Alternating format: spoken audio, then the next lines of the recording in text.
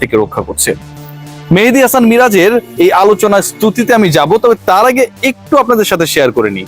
খেয়াল করে দেখবেন 7 নম্বরে নেমেছেন তিনি, যখন তার 99 রান, ওই সময়টা নবম উইকেটের পতন ঘটলো। তানজিম হাসান সাকিব আউট হয়ে গেলেন, অভিষেক ম্যাচ খেলতে নেমেছেন এবং 40+ একটা ইনিংস খেলেছেন, দারুণ পার্টনারশিপ 96 রানসে, সেই পার্টনারশিপটা নবম উইকেটে ভেঙে গেল।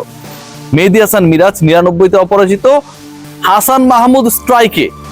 সবার টেনশন যে হাসান যদি আউট হয়ে যান 99-এ মেহেদী হাসান মিরাজকে ফিরতে হবে অপরাজিত থেকে।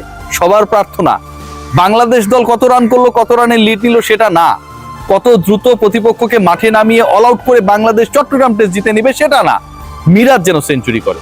সাউথ আফ্রিকার বিপক্ষে মনে আছে 97 পর্যন্ত করেছিলেন 3 রানের জন্য, গেল বছরের অক্টোবরের ঘটনা, শতক মিস করেছিলেন। সেই মেহেদী হাসান মিরাজ যেন এবারও 90-তে কাটা না পড়েন। মেহেদী হাসান মিরাজ সেঞ্চুরি করলেন, ক্যারিয়ারের দ্বিতীয় শতক। আগেরটা করেছিলেন 8-এ নেমে উইন্ডিজের বিপক্ষে, 4 বছর পর পরেরটা করলেন 7-এ নেমে জিম্বাবুয়ের বিপক্ষে।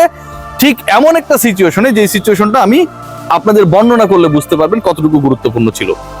খেয়াল করে দেখবেন 8ম উইকেটে মেহেদী হাসান মিরাজ এবং তাইজুল ইসলাম, 8ম উইকেটে মেহেদী হাসান মিরাজ এবং তাইজুল ইসলাম, আমি রিপিট করছি, 63 রানে পার্টনারশিপ করেছিলেন। 7 উইকেট চলে যাওয়ার পরের ঘটনা।